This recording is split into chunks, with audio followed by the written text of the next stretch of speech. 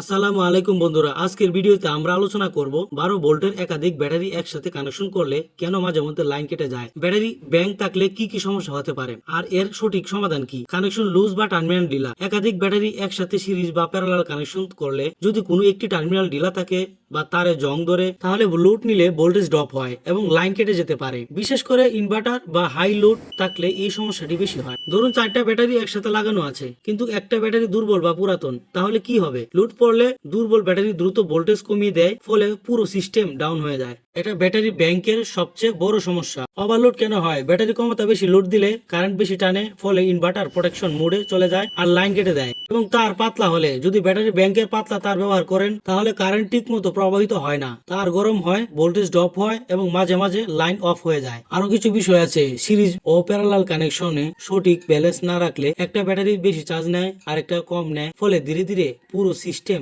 অস্থিতিশীল হয়ে যায়। সমাধান কি? সব ব্যাটারি ভোল্টেজ আলাদা করে মেপে নিন। দুর্বল ব্যাটারি থাকলে পরিবর্তন করুন, মোটা তার ব্যবহার করুন, সব টার্মিনাল শক্ত করে লাগান, একই মডেল একই বয়সের ব্যাটারি ব্যবহার করুন। সবচেয়ে গুরুত্বপূর্ণ যে বিষয়টি বন্ধুরা, ব্যাটারি ব্যাংক সঠিকভাবে না করলে লাইন কাটা, ভোল্টেজ ড্রপ, এমনকি ব্যাটারি নষ্ট হওয়ার ঝুঁকি থাকে। সঠিক কানেকশন নিয়ম মেনে কাজ করলে এই সমস্যাটা থেকে বাঁচা সম্ভব। ভিডিওটি ভালো লাগলে লাইক, কমেন্ট ও সাবস্ক্রাইব করতে ভুলবেন না।